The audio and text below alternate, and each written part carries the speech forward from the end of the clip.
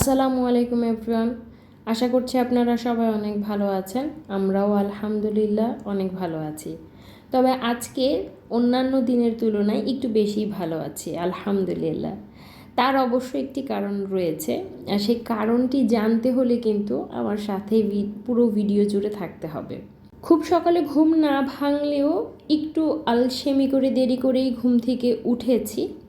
ঘুম ভেঙেছে অনেক আগেই, তবে বিছানা ছেড়েছি একটু দেরি করে, কারণ ছুটির দিন নর্মালি যেটা হয় রেস্টের পরিমাণটা সকালে আসলে বেশি থাকে। খুব সকাল সকাল ঘুম থেকে ওঠা হয় না ইচ্ছা করেই। এত বছর বাগানের জীবনে পিঙ্ক অ্যাগ্লোনিমা আর পিস লিলি কখনোই আমার সংগ্রহে ছিল না। এবারই প্রথম আমি এই দুইটা কালেকশন পেয়েছি, আমি যার কাছ থেকে মূলত গাছ নেই, তো সেই আঙ্কেলটার কাছ থেকে। আর দেখেই আমি একদমই দেরি করিনি, সাথে সাথে নিয়ে চলে এসেছি, কারণ যদি আবার না পাই এমনটা ভেবেই। মূলত ঘুম থেকে উঠে আমি যে কাজটা করি, বারান্দায় বেশ কিছুক্ষণ বসে থাকি। রোদ উঠেছে এটা টের পাই, যদিও ডিরেক্ট রোদ আমার বারান্দায় আসে না, তবুও কী করি, রোদের দিকে তাকিয়ে থাকি, বেশ ভালো লাগে।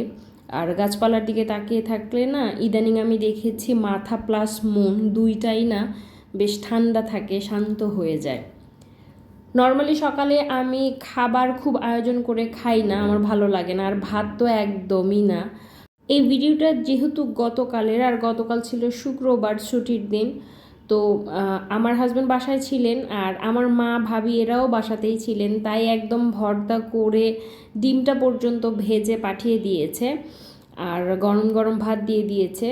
আবার তার কিছুক্ষণ পরে দেখছি যে ভাতিজি নিয়ে এসেছে মাছও রান্না করে দিয়ে দিয়েছে। তো আমরা তো অত সকাল সকাল আসলে খাই না, বিশেষ করে শুক্রবারের দিনটা একটু দেরি করেই খাই, 9টা-10টা নাগাদ। তো যেহেতু ভর্তা দিয়েছে, এটা দেখে আমার হাজব্যান্ড বলছিল যে তুমি এক কাজ করো, আজকে না হয় ভর্তা দিয়েই ভাত খাও, দেখবে যে ভালো লাগবে। তো আমি জাস্ট ভর্তার লোভে আর থাকতে পারিনি, আর কালিজিরা ভর্তাটা আমার খুব খেতে ইচ্ছা করছিল মাঝখানে, যেহেতু বেশ কিছুদিন অসুস্থ ছিলাম, গা হাত পা এত পরিমাণ ব্যথা ছিল, আমার পক্ষে আসলে ভর্তা বানিয়ে খাওয়াটা সম্ভব হয়েছিল না, যার কারণে আর খেতে পারিনি। তবে মা তো মা সবই বোঝে, সন্তানের কি প্রয়োজন, ঠিকই পাঠিয়ে দিয়েছে বানিয়ে। তো ভাবলাম যে ভর্তা দিয়েই খাই। আমি আর আমার হাজব্যান্ড খাচ্ছিলাম, আর ভাগ্নি যেহেতু কোচিংয়ে ছিল, ওর শুক্রবারের দিন অনেক বেশি ক্লাস থাকে, তো ওর জন্য খাবার রেখে দিয়েছি, এসে খাবে ইনশাল্লাহ। খাবার দাবারের পর এমনিতেই বসেছিলাম, গল্প করলাম।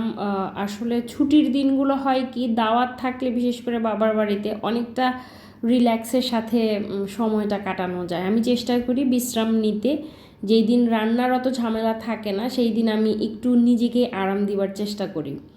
আমি কোনো কিছু করবো আর সেখানে ভাতিজির উপস্থিতি থাকবে না, সেটা কি হতে পারে? এই যে তিনি কস্টেপ দিয়ে নখ বানিয়েছেন সেটাই দেখাচ্ছেন, মানে অদ্ভুত সব কর্মকাণ্ড ওর। তো গতকালকে আমি মেথি ভিজিয়ে রেখেছিলাম এবং সেটা ব্লেন্ড করে ফ্রিজে রেখে দিয়েছিলাম, আর এখন মূলত চালের গুঁড়াটাকে বেশ কিছুক্ষণ জ্বালিয়ে নিয়েছি চুলায়, তারপর মেথিটা অ্যাড করছি। এই হেয়ার প্যাকটা মূলত বানাচ্ছি এক প্রকার ভাতিজির জন্যই বলা যেতে পারে। বেশ কয়েকদিন ধরে আমাকে অস্থির করে ফেলেছে, তুমি হেয়ার প্যাক বানিয়ে দাও, আমার চুল অনেক রাফ হয়ে গিয়েছে, খসখসা হয়ে গিয়েছে, কিছু একটা হেয়ার প্যাক প্লিজ আমাকে বানিয়ে দাও। তো বেশ কয়েকদিন যেহেতু অসুস্থ ছিলাম আর ওর রিকোয়েস্টটা রাখা হয়ে ওঠেনি, তো ভাবলাম আজকে যেহেতু কাজ একদমই নেই, সকাল থেকে রাত পর্যন্ত দাওয়াতের জন্য আসলে খাবার দাবারের রান্নার কোনো প্রয়োজনীয়তা আমার নেই, জাস্ট টুকিটাকি সংসারের কাজ করব, রিল্যাক্স করব, তো আজকে বানিয়ে দিই। তো এই তো বানিয়ে দিলাম, এখন এই মিক্সচারটা ঠান্ডা হোক, আর আমি সেই ফাঁকে আমার চাটা বসিয়ে দিয়েছি। চা ছাড়া আসলে সারভাইভ করা আমার পক্ষে কোনোভাবেই সম্ভব না। তো যাই হোক, এই মিশ্রণটা ঠান্ডা হয়ে গিয়েছে, এইখানে আরও কিছু অ্যাড করব। আমি এখানে প্রয়োজন মতো তেলটা নিয়ে নিচ্ছি, আর একটা ডিম নিয়ে নিচ্ছি। এখন এইটাকে না ভালো করে মেশাতে হবে, একদম ভালো করে মিশিয়ে তারপর চুলে অ্যাপ্লাই করলে মোটামুটি ভালো একটা রেজাল্ট, সিল্কি স্মুথ একটা রেজাল্ট চুলে দেখতে পাওয়া যায়। তবে সেই ক্ষেত্রে যদি এখানে তেলটা অ্যাড না করে চুলে তেলটা অ্যাড করা যায়, সেটাও কিন্তু হয়ে যাবে, সমস্যা হবে না। তো চলে এসেছি গেস্ট রুমে। আমার গেস্ট রুমের একটা জানালা হলে কি হবে, এটা দিয়ে এত ভালো রোদ আসে আর রুমটা এত আলো ঝলমলে হয়ে থাকে। আমার না মাঝে মাঝে খুব আফসোস লাগে যে কেন যে এটা বেডরুম হলো না, এটার সাথে একটা অ্যাটাচড বাথরুম কিংবা বারান্দা কেন যে হলো না। তো যাই হোক, এই তো একটু চা খেয়ে নিলাম, নিজেকে রিচার্জ করে তারপরে বসে পড়েছি। আগে ভাতিজিকে দিয়ে দিচ্ছি চুলে হেয়ার প্যাকটা, তারপর পালা চলে এসেছে ভাগ্নির। তবে ভাগ্নির একটা জিনিস দেখাই, এই যে দেখেন চুলটা একটু মনে হচ্ছে না কালার করা। যখন আমি কালার করেছিলাম তখন কয়েকটা স্টিক ওকে করে দিয়েছিলাম, ওর খুব শখ ছিল, প্রথমবারের মতো হেয়ার কালার করেছে। তো খুবই সামান্য করে দিয়েছিলাম 2টা স্টিক, সেটার কালারটাই বসেছে ওর চুলে মাশাল্লাহ একবারে অ্যাপ্লাই করেই। হেয়ার প্যাকটা শুকিয়ে গেলে ওরা গোসল সেরে নেবে। জাওয়ান, আজকে কি কার হ্যাপি বার্থডে?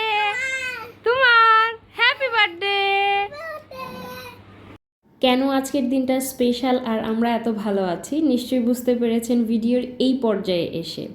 এই বেলুনগুলো তার বাবা তাকে কিনে দিয়েছে, কেন আমি সেটার ছবি তুলেছি সে কারণে কি যে কান্না। তো যাই হোক, দুপুরে খেতে বসে পড়েছি, পাট শাক দিয়ে অনেক দিন পর ভাত খাচ্ছি, সাথে ছিল শুকনো মরিচ আর তার সাথে ছিল করলা ভাজি। করলা ভাজিটাও খাচ্ছি বেশ অনেক দিন পরে। আর তারপরে ছিল মুরগির গোস্ত। তো খাওয়া দাওয়ার পর্বটা আমরা শেষ করে বাসায় চলে এসেছিলাম, চলে এসে বেশ কিছুক্ষণ রেস্ট নিয়েছি। তারপর আসরের নামাজ আদায় করে মূলত বের হয়েছি আমি আর আমার হাজব্যান্ড। যেহেতু ভাতিজার জন্মদিন, তাকে একটু প্যাম্পার তো করতেই হবে, তার জন্য খানিকটা কেনাকাটা তো করা উচিত। হাজার হোক ফুপি বলে কথা আর মামা বলে কথা। শপিং শেষ করে আমরা আবার বাসায় এসেছিলাম, এসে দেখলাম যে ভাতিজার গেঞ্জিটা পারফেক্টলি হয়েছে, এতটাই পারফেক্ট হয়েছে সে এখন এটা পরেই আমাদের সাথে বের হচ্ছে। তবে পাঞ্জাবিটা সাইজে আর এক সাইজ বড় লাগবে, ছোট হয়েছে, সেটাই এখন চেঞ্জ করতে যাচ্ছি।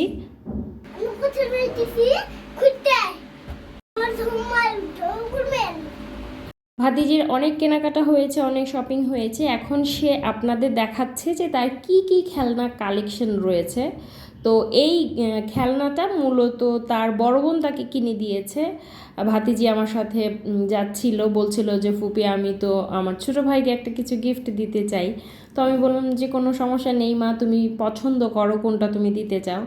তো এই খেলনাটা দিয়েছে ওর বড় বোন আর এই পিস্তলটা দিয়েছে আমার ছোটো খালামণি। আমার ভাতিজার স্পাইডারম্যান এতটাই পছন্দ, তার সমস্ত টি শার্ট হতে হবে স্পাইডারম্যানের, তার কেকটা পর্যন্ত হওয়া উচিত স্পাইডারম্যানের। সে যে কী পরিমাণ খুশি ছিল আমি আসলে বলে বোঝাতে পারবো না। তো যাই হোক, রাতের তো খাবার দাবারের আয়োজন ছিল, যেহেতু অনেক মানুষ ছিল, একটা প্রাইভেসির কারণে সেটার ভিডিও করা হয়নি। তো সব বাচ্চারা মিলে কেকটা আসলে খাওয়ার প্রসেস করছিল। আর এই তো ছিল আমার ভাতিজার জন্মদিন, সবাই আমার ভাতিজার জন্য অনেক দোয়া করবেন। আজকের এই ভিডিওটি এই পর্যন্তই, সবাই অনেক ভালো থাকবেন। আজকের মতো আসছি, আল্লাহ হাফেজ।